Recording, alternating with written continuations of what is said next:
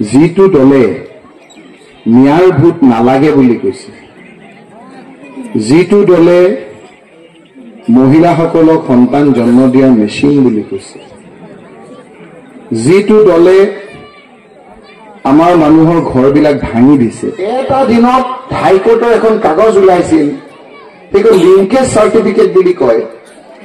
সেই লিংকেজ চাৰ্টিফিকেটখন মহিলাৰ 48,000 মহিলাক একেদিনাই NRCত নাম নোহোৱাবৰ কাৰণে গুৱাহাটী হাইকোৰ্টে নাকচ কৰি দিছিল। ৰঞ্জিত দাস বুলি এগৰাকী বঙালী হিন্দু ল'ৰাক লগত লৈ দিল্লীলৈ গৈছিলো।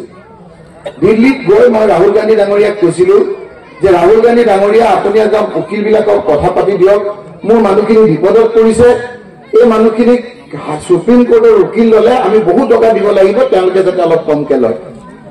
কপিল সিবাল, ইন্দিৰা জয়সিং, সলমান খুৰ্ছিদ, অসমৰ খাদ্দাম হুছেইন মুস্তাফা, বিবেক টাংখা, ডাঙৰ ডাঙৰ উকিলক লৈ আমি বিভিন্ন ধৰণৰ আৰ্গুমেণ্ট কৰিলো।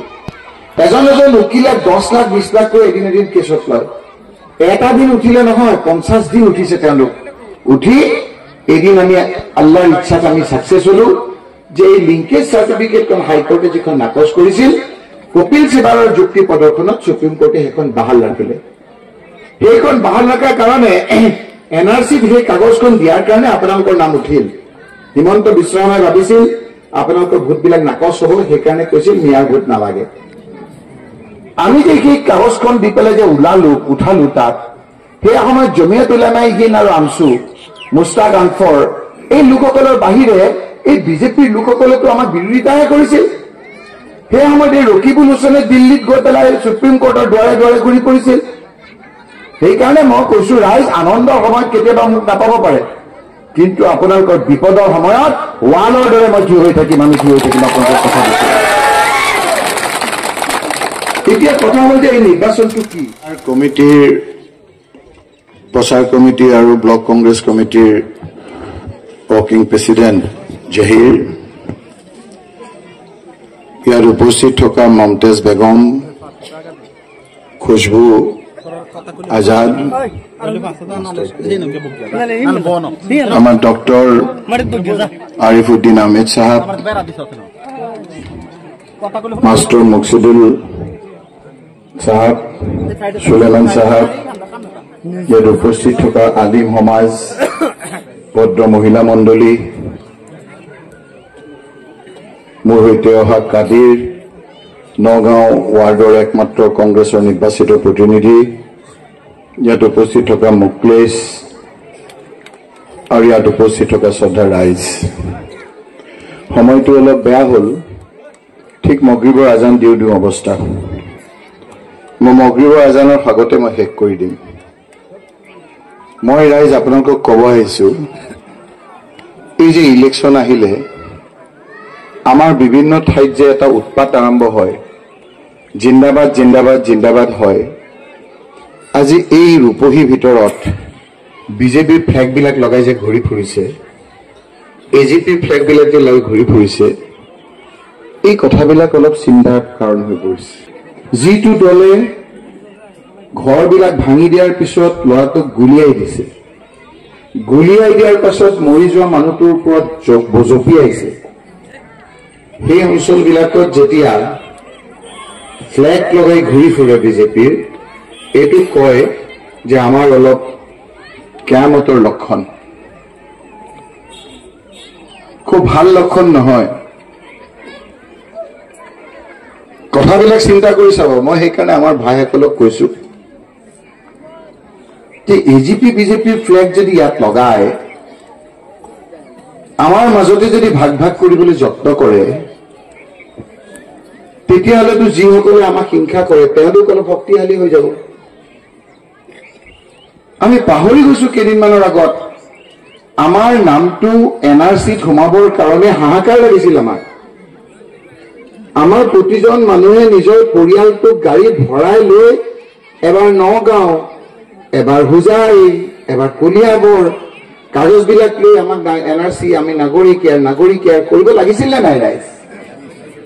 পাহৰি গলো আমি। এটা দিনত হাইকোৰ্টৰ এখন কাগজ ওলাইছিল, সেইখন লিংকেজ চাৰ্টিফিকেট বুলি কয় সেই লিংকেজ চাৰ্টিফিকেটখন মহিলাৰ 48,000 মহিলাক একেদিনাই NRCত নাম নোহোৱাবৰ কাৰণে গুৱাহাটী হাইকোৰ্টে নাকচ কৰি দিছিল অলপ বুজিব চেষ্টা কৰিব ৰাইজ এখন কি পঞ্চায়তৰ ছেক্ৰেটাৰী চাৰ্টিফিকেট পঞ্চায়তৰ ছেক্ৰেটাৰী চাৰ্টিফিকেটখন হ'ল আমাৰ প্ৰতিগৰাকী মহিলাই যেতিয়া বাপেকৰ ঘৰৰ পৰা গিৰিয়েকৰ ঘৰলৈ যেতিয়া বিয়া হৈ আহে সেই বাপেকৰ ছোৱালী সেইজন মানুহৰ ভৈনীয়েক বুলি এখন পঞ্চায়তৰ লিংকেজ চাৰ্টিফিকেট দিয়ে সেই লিংকেজ চাৰ্টিফিকেটখন আমি অফিচাৰক দিলে আমাৰ NRCত নামটো সোমাই যায় যেতিয়া আপোনাৰ পঞ্চায়তৰ ছেক্ৰেটাৰী চাৰ্টিফিকেটখন হাইকোৰ্টে নাকচ কৰি দিলে 48 লাখ মহিলাৰ হাহাকাৰ লাগিল মই আছিলো দিল্লীত উকিলবিলাকৰ লগত ডাঙৰ ডাঙৰ উকিলৰ লগত কথা পাতি হাবাথৰি খায় মই গুৱাহাটীলৈ আহি গোৱালপাৰালৈ গলো একে ৰচিদ আলম বুলি আমাৰ MLA জনক কলো যে আমাক অলপ সহায় কৰা মোক উকিলে বুদ্ধি দিছে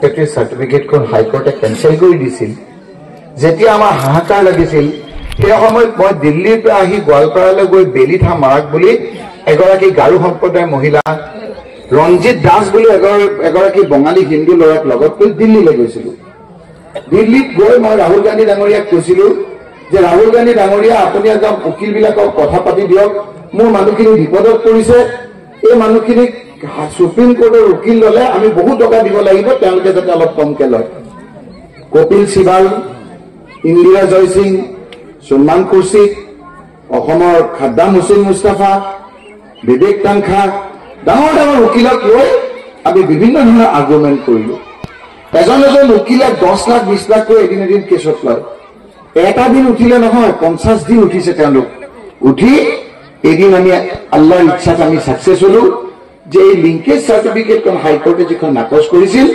কপিল সিবালৰ যুক্তি প্ৰদৰ্শনত সুপ্ৰিম কোৰ্টে সেইখন বাহাল ৰাখিলে সেইখন বাহাল ৰখাৰ কাৰণে NRCত সেই কাগজখন দিয়াৰ কাৰণে আপোনালোকৰ নাম উঠিল হিমন্ত বিশ্ব শৰ্মাই ভাবিছিল আপোনালোকৰ ভোটবিলাক নাকচ হ'ব সেইকাৰণে কৈছিল মিয়াৰ ভোট নালাগে আমি যে সেই কাগজখন দি পেলাই যে উঠালো তাত সেই সময়ত জমিয়ত উলামায়ে হিন্দ আৰু আমছু মুস্তাক আনফৰ এই লোকসকলৰ বাহিৰে এই বিজেপিৰ লোকসকলেতো আমাৰ বিৰোধিতাহে কৰিছিল সেই সময়ত এই ৰকিবুল হুছেইনে দিল্লীত গৈ পেলাই সুপ্ৰিম কোৰ্টৰ দুৱাৰে দুৱাৰে ঘূৰি পৰিছিল সেইকাৰণে মই কৈছো ৰাইজ আনন্দৰ সময়ত কেতিয়াবা মোক নাপাব পাৰে কিন্তু আপোনালোকৰ বিপদৰ সময়ত ৱালৰ দৰে মই থিয় হৈ থাকিম আমি থিয় হৈ থাকিম আপোনালোকৰ কথা দিছো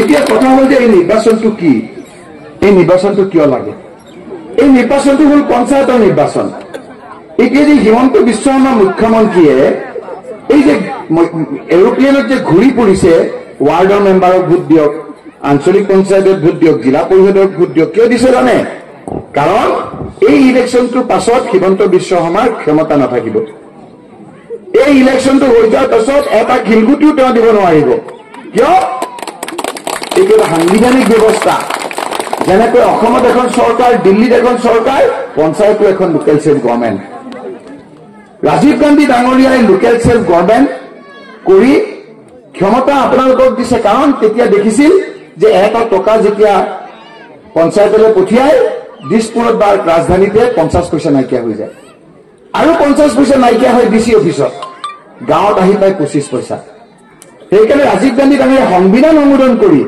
যাতে দিল্লীৰ পৰা ডাইৰেক্টলি পইচাটো পায়হি তাৰ কাৰণে পঞ্চায়তৰ সংশোধন কৰি আপোনালোকক গভৰ্ণমেণ্টৰ নিচিনা পাৱাৰ দিছে এতিয়া এই পঞ্চায়তত এই জিলা পৰিষদত যেতিয়া মমতাজ বেগম জিকিব যেতিয়া আমাৰ আঞ্চলিক পঞ্চায়তত খুশবু আজাদ জিকিব ইয়াৰ ৱাৰ্ড মেম্বাৰখিনি কংগ্ৰেছ সমৰ্থিত হৈ যেতিয়া পঞ্চায়ত হ'ব এই যে আপোনাৰ যে লাখপতি বাইদেউ হিমন্ত যে কৈ আছিল পাইছে নেকি লাখপতি বাইদেউ কোনোবাই পাইছিল এগৰাকীয়ে পাইছিল কিয় নাই দিয়া তেওঁ আকৌ যে কৈছিল যে ফটোষ্টেট বিলাইছিল ইলেকশ্যনৰ সময়ত অৰুণোদয় পাব পালে নেকি অৰুণোদয় এতিয়া 7 তাৰিখৰ পিছত অৰুণোদয়ও পাব লাখপতি বাইদেউ পাব কেৱল হিমন্ত বিশ্ব শৰ্মাই দিব নোৱাৰিব এই মমতাজ বেগমে দিব আৰু এই খুশবু আজাদে দিব হিমন্ত বিশ্ব শৰ্মাই এটা শিলগুটিও তাৰ পৰা দিব নোৱাৰে সেইকাৰণে ক্ষমতা যোৱাৰ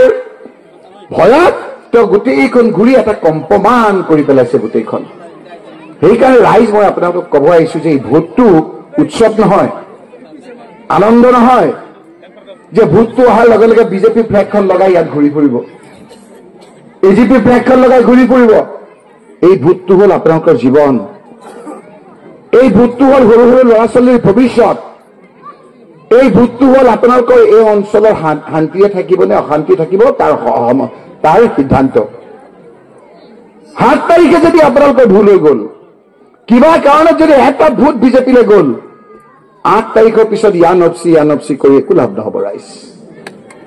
সেইকাৰণে মই আপোনালোকক ক'বলৈ আহিছো দৌৰি। যোৱাকালি মই একদম দূৰত আছিলো, আজি দৌৰি আপোনালোকৰ ওচৰলৈ আহিছো। আপোনালোকে বিপদত পৰিলেতো আমি আহিব লাগিব, হিমন্ত বিশ্ব আহিব নেকি? হিমন্তটো ঘৰটো ভাঙি দিব আপোনালোকৰ। হিমন্ত বিশ্বটো গুলিয়াবলৈ 1 মিনিটো চিন্তা নকৰে। তাৰ পিছতো যে মই দৌৰি আহি আছো, কিয় আহি আছো? আমাৰ ইয়াত দগাবাজবিলাকত মোৰ বিৰুদ্ধে লগাই দিছে, চুৰ দগাবাজবিলাক মোৰ বিৰুদ্ধে লাগি আছে।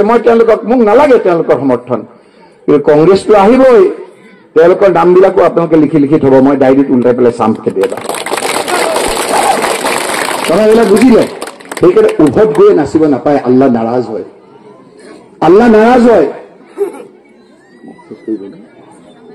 সেইকাৰণে মই মগৰিবৰ সময়ত আৰু দীঘলীয়া নকৰো, এতিয়া নামাজ পঢ়িবলৈ যাব। আপোনালোকে ভোটবিলাক দিবতো ন? কোনে কোনে দিব? হাতখন ডাঙৰচোন। ইনশাআল্লাহ দিব।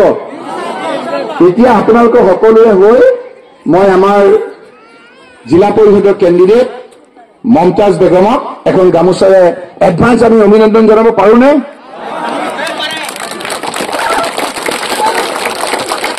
খুশবু আজাদ আমাৰ আঞ্চলিক পঞ্চায়তৰ কেণ্ডিডেট, তেখেতক জনাব পাৰোনে এডভান্স? শিকিব সন্দেহ নাই।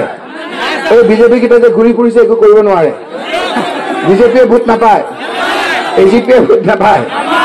আৰু কোনোবা ইণ্ডিপেণ্ডেণ্ট আছে নেকি? পুৰণা পাগলৰ ভাত নাই, এবাৰ নতুন পাগল। আজি হ'ব